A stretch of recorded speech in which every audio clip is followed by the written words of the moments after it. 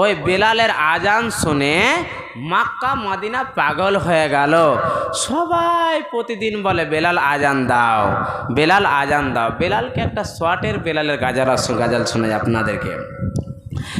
ওঠো বেলাল মিনারাতে, ওঠো বেলাল মিনারাতে, সময় বইয়া যায় আমার আজানকে শুনিবে, শুনবার মনে চায়। সব লোকেরই আদেশেতে, সব লোকেরই আদেশেতে, ওঠো বেলাল মিনারাতে, সব লোকেরই আদেশেতে, ওঠো বেলাল মিনারাতে। মুহাম্মদ নাম পড়ার সাথে বেলাল পড়ে যায় আমার আজানকে শুনিবে, শুনবার মনে চায়।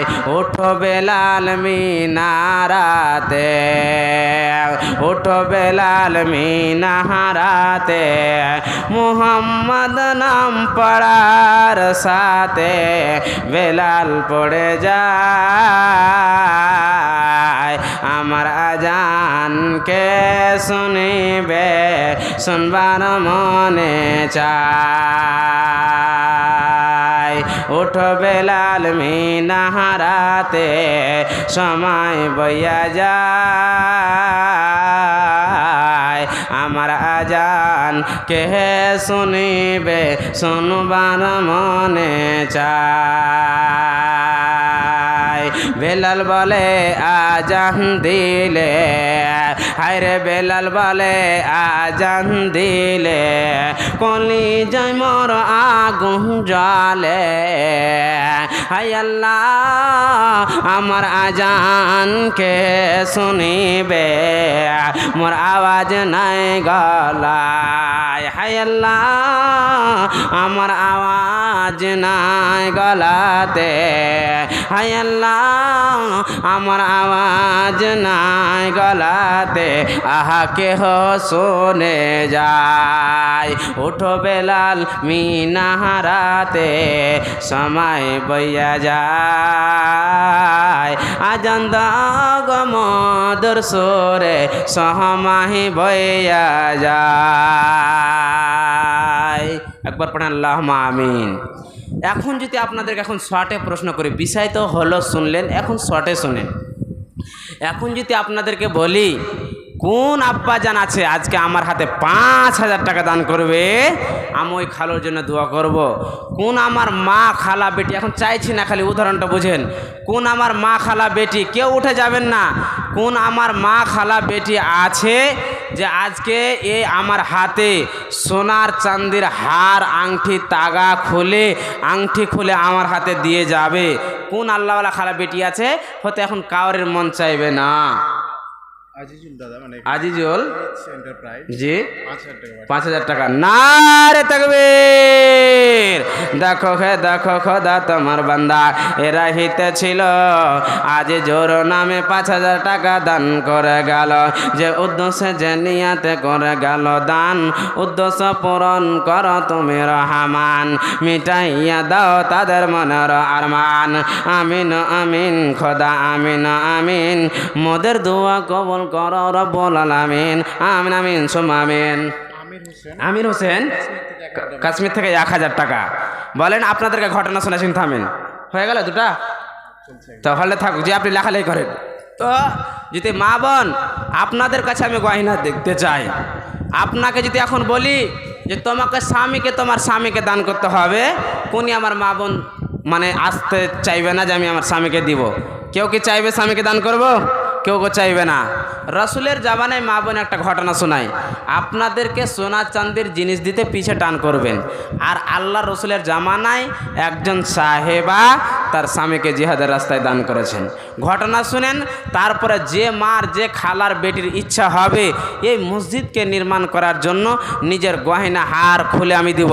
আজকে গত রাত্রে কালকে আমার বাড়ি ছাড়া হয়েছে, আমি কালকে বাড়ি থেকে আমি এসেছি। কালকে গত রাত্রে আমি ছিলাম দক্ষিণ তালছড়ে, আমি এখানে যেরকম প্রধান বক্তা ওখানে ছিলাম প্রধান বক্তা। এই গত রাত্রের কথা বলছি, আজকে পুরোটা দিন ওখানে ছিলাম, আপনাদের কাছে এসেছি আল্লাহর দয়াতে।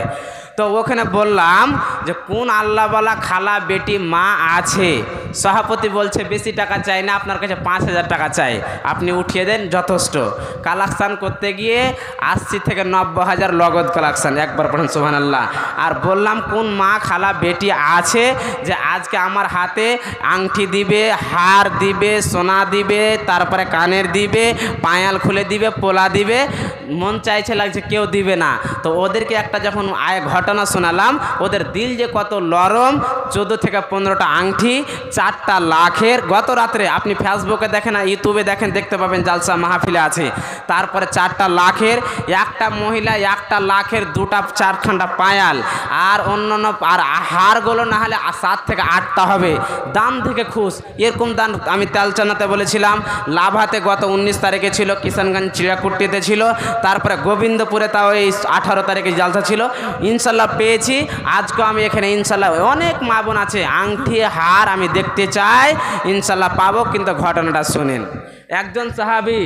একজন সাহাবী যার নাম হচ্ছে আমর বিন জুমহু, মা বোন ভালো করে শোনেন, তারপরে সোনা চাঁদি যাই দিবেন আমার হাতে দিয়ে পাঠাবেন।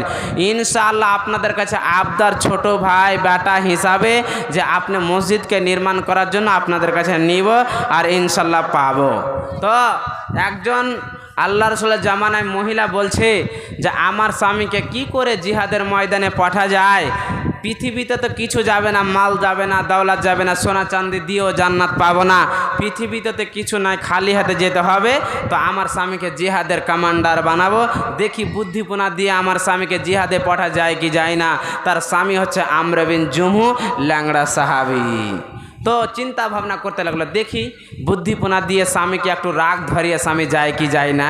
স্বামীকে বলবো, ও তুমি যখন কোথা থেকে আসো তখন তুমি খালি আমার উপর লাঠি বর্ষণ করো, আর যখন জিহাদের কথা হয়ে যায় তুমি বাড়ি থেকে পালিয়ে যাও। বন্ধুরে আমার, আমর বিন জুমহু কোথায় থেকে আসলেন এমন সময় যেমনই বাড়ি ঢুকেছেন তার বিবি বলছেন, স্বামী আমার, আমি তোমাদের ব্যাপারে তোমার ব্যাপারে একটা কথা ভালো করে জানি স্বামী জান, যখন তুমি কোথায় থেকে এসো আমার উপরে লাঠি বর্ষণ করে যাও, আর যখন জিহাদের কথা শুনে নাও তুমি বাড়ি থেকে পালিয়ে যাও। আমর বিন জুমহু বলছে, বিবি রে কি বললি রে বিবি, তোর কথা শুনে পায়ের আগুন আমার মাথায় চড়ে গেল। বিবি রে এত বড় কথা বললি রে বিবি, জিহাদের ময়দানে পাঠার জন্য বললি। ঘরের মধ্যে গিয়ে বিরাট লাম্বারে তরোয়ার বের করে বন্ধুরে মায়েরা নিয়ে চলে আসলেন। বিবির কাছে এসে দাঁড়িয়ে গেল, বিবির সামনে তরবারি নিয়ে দাঁড়িয়ে গেল। এমন সময় আল্লাহর কাছে হাত তুলে দোয়া করছেন, আল্লাহ আমি জিহাদে বের হয়ে গেলাম, জানো আল্লাহ আমি কোনোদিন আমার স্বামী আমার বিবির কাছে না ফিরে আসে, আল্লাহ গো তুমি আমার দোয়াকে কবল করে লাও। তার স্বামী বন্ধুরে মায়েরা স্বামী বিবির কথা শুনে বের হয়ে গেল। কোন জিহাদে জেনে নেন, উহুদের জিহাদ 3 হিজরিতে হয়েছে বন্ধুরে। জিহাদে চলে গেল বেঈমান মুসলমান থেকে বন্ধুরে ইসলামকে বাঁচার জন্য, আল্লাহর রাস্তায় জিহাদ হওয়ার জন্য তারা বাড়ি থেকে বের হয়ে গেল। আর উহুদের দিন কাটাকাটি চালু হয়ে গেল। মুসলমান কত বেঈমানকে জানো পেট কেটে দিল, কান কেটে দিল, তাসনাস করে দিল রে। কাউরির পা হাতকে যেন ছটিয়ে দিল। ওই আমর বিন জুমহু ল্যাংড়া সাহাবী এক হাতে লাঠি নিয়ে আছে বন্ধু রে, আর বেঈমানকে কেটে কেটে তাসনাস করে দিল। আল্লাহর নবী 50 জন সাহাবীকে বললেন, তোমরা ওই উহুদের পাহাড়ে থাকো, তোমাদেরকে আসতে হবে না, আমাদের যদি হার হয়ে যায় জুত হয়ে যায় তোমাদেরকে আসতে হবে না। যখন মুসলমান হাতিয়ারগুলোকে নিতে নেগেছে ওরা লোভলা থামতে পেরে চলে এসেছে।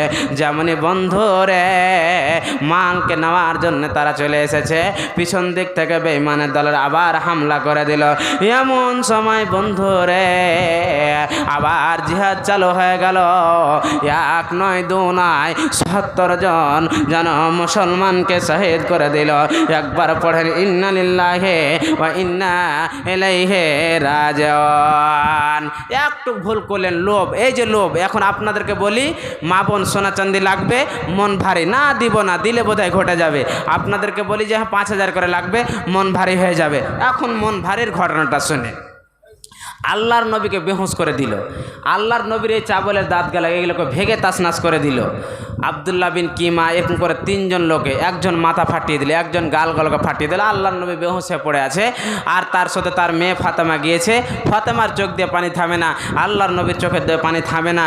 এমন সময় আল্লাহর নবী একটা হাদিসের টুকরা পাঠ করছেন সহিহ বুখারী কিতাবুল মাগাজিতে, কাইফা ইফলহুল কওম সাজ্জু আম্বিয়াহিম। এই কম কি করে ফালা পেতে পারে যেই কম নিজের নবীর মাথাকে ফাটিয়ে দিল। কেন বললেন? ওই যে ৫০ জন সাহাবীকে বললে তোরা আসিস না, তোরা আসলে নষ্ট হয়ে যাব। ওর আসার কারণে আল্লাহর সঙ্গে সঙ্গে বলে দিন, হে নবী তুমি সচেতন হয়ে যাও, খবরদার বান্দা ভুল করেছে, আমি আল্লাহ ক্ষমা করব, তোমার বলার অধিকার নাই। তুমি যদি উঁচু নিচু কথা বলো, তোমার গর্দানকে আমি ছুটিয়ে দেবো, যেমন তেমন নয়, তোমার মোটা গর্দানকে ছুটিয়ে দেবো। একবার পড়েন সুবহানাল্লাহি ওয়া বিহামদিহি। বন্ধুরা